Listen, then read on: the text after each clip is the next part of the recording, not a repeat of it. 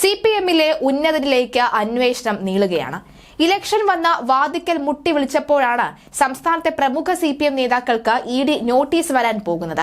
സിപിഎമ്മിന്റെ ട്രഷറിയായി കരുവന്നൂർ ബാങ്ക് പ്രവർത്തിച്ചു എന്ന കണ്ടെത്തലാണ് ഇഡി നടത്തിയിരിക്കുന്നത് എന്ന് മനസ്സിലാക്കുന്നു. കരുവന്നൂർ കേസിൽ ഇഡിയെ ഹൈക്കോടതി പ്രതിസന്ധിയിലാക്കിയതോടുകൂടിയാണ് സിപിഎം നേതാക്കളെ അകത്താക്കാനുള്ള ശ്രമങ്ങൾ ഇഡി ആരംഭിച്ചത്. ജസ്റ്റിസ് ദേവൻ രാമചന്ദ്രന്റെ മുന്നിൽ മുട്ടുവിറച്ചുകൊണ്ടാണ് ഇഡി സമൻസ് അയക്കുമെന്ന് അറിയിച്ചത്. പ്രമുഖരായ സിപിഎം നേതാക്കളുടെ പേരുകൾ നോട്ടീസിലുണ്ട് എന്നാണ് വ്യക്തമാകുന്ന ചില നിർദ്ദേശങ്ങൾ. കരുവന്നൂർ സഹകരണ ബാങ്ക് തട്ടിപ്പിലെ എൻഫോഴ്സ്മെന്റ് ഡയറക്ടറേറ്റ് അന്വേഷണം എത്രയും വേഗം പൂർത്തിയാക്കണമെന്ന് ഹൈക്കോടതി ആവശ്യപ്പെട്ടു. കേസ് അന്വേഷണം നീണ്ടുപോകുന്നതിനാൽ കോടതി അതൃപ്തി പ്രകടിപ്പിച്ചു. ഈ കേസിൽ എന്താണ് ഇഡി ചെയ്യുന്നത് എന്നും അന്വേഷണം ഇഴയാൻ പാടില്ല എന്നും ഹൈക്കോടതി വ്യക്തമാക്കി.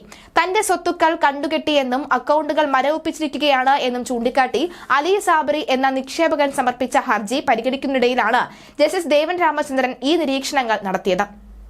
അലി സാബറിയുടെ കേസുമായി ബന്ധപ്പെട്ട് ഇഡി വിചാരണ കോടതിയിൽ സമർപ്പിച്ച കുറ്റപത്രം ഹാജരാക്കാനും ഹൈക്കോടതി നിർദ്ദേശിച്ചു.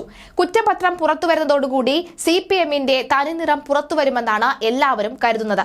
കേസിൽ അന്വേഷണം അവസാന ഘട്ടത്തിലാണെന്നും കരുവന്നൂരുമായി ബന്ധപ്പെട്ട് ലഭിച്ച മൊഴികളിൽ നിന്ന് ചില രാഷ്ട്രീയ നേതാക്കളുടെ പങ്ക് വ്യക്തമായിട്ടുണ്ട് എന്നും ഇഡി കോടതിയിൽ അറിയിച്ചു. ഇവർക്കടക്കം സമൻസ് അയക്കാനുള്ള തയ്യാറെടുപ്പിലാണ് തങ്ങളെന്നും ഇഡി വ്യക്തമാക്കിയിരുന്നു.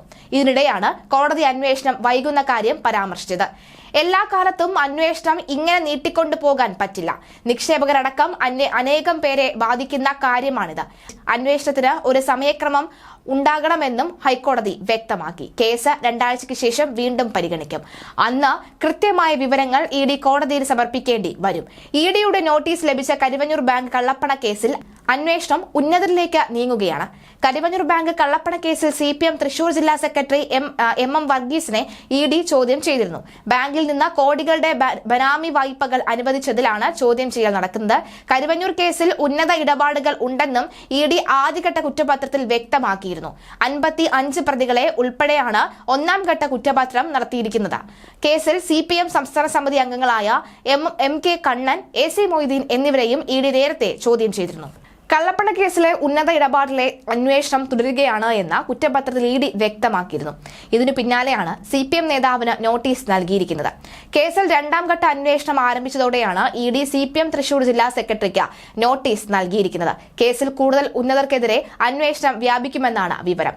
മാസങ്ങൾക്ക് മുൻപാണ് കരുവന്നൂർ ബാങ്ക് കള്ളപ്പണ കേസിൽ എൻഫോഴ്സ്മെന്റ് ഡയറക്ടറേറ്റ് 55 പ്രതികളുടെ ആദ്യഘട്ട കുറ്റപത്രം സമർപ്പിച്ചത്. സിപിഎം കൌൺസിലർ PR അരവിന്ദാക്ഷൻ കേസിൽ 14ാം പ്രതിയാണ്. ഈ പത്രത്തിലാണ് ഉന്നത ഇടപാടിൽ അന്വേഷണം തുടരുകയാണ് എന്ന് വ്യക്തമാക്കിയിരിക്കുന്നത്. കരുവന്നൂർ കേസിൽ എൻഫോഴ്സ്മെന്റ് ഡയറക്ടറേറ്റിൽ ആദ്യ അറസ്റ്റ് നടന്ന് 60 ദിവസം പൂർത്തിയാകുന്നതിന് മുൻപാണ് പ്രതികളുടെ സ്വാഭാവിക ജാമ്യത്തിനായുള്ള വഴിയടച്ച ഇഡി കോടതിയിൽ ആദ്യഘട്ട കുറ്റപത്രം സമർപ്പിച്ചത്. 90 കോടി രൂപയുടെ കള്ളപ്പണ ഇടപാടിലാണ്. 12,000 പേജുകളാണ് പ്രാഥമിക കുറ്റപത്രം.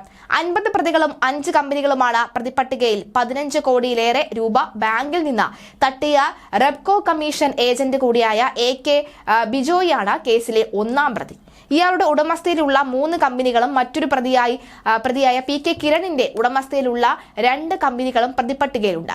ക്രൈംബ്രാഞ്ചിന്റെ പ്രതിപട്ടികയിലുള്ള 1 മുതൽ 12 വരെയുള്ള പ്രതികളാണ് ഇഡിയുടെ കുറ്റപത്രത്തിൽ ഉള്ളത്. കള്ളപ്പണ കേസിന്റെ മുഖ്യ ആസൂത്രകൻ സതീഷ് കുമാറാണ് 13ാം പ്രതി. സിപിഎം ലോക്കൽ കമ്മിറ്റി അംഗവും വടക്കാഞ്ചേരി നഗരസഭാ കൌൺസിലറുമായ PR അരവിന്ദാക്ഷനാണ് 14ാം പ്രതി. ഉന്നത ബന്ധങ്ങളും ഉന്നത ഇടപെടലും നടന്ന കേസിൽ കൂടുതൽ ആളുകളിലേക്ക് അന്വേഷണം തുടരുന്നതായി ഇഡി വ്യക്തമാക്കുന്നു.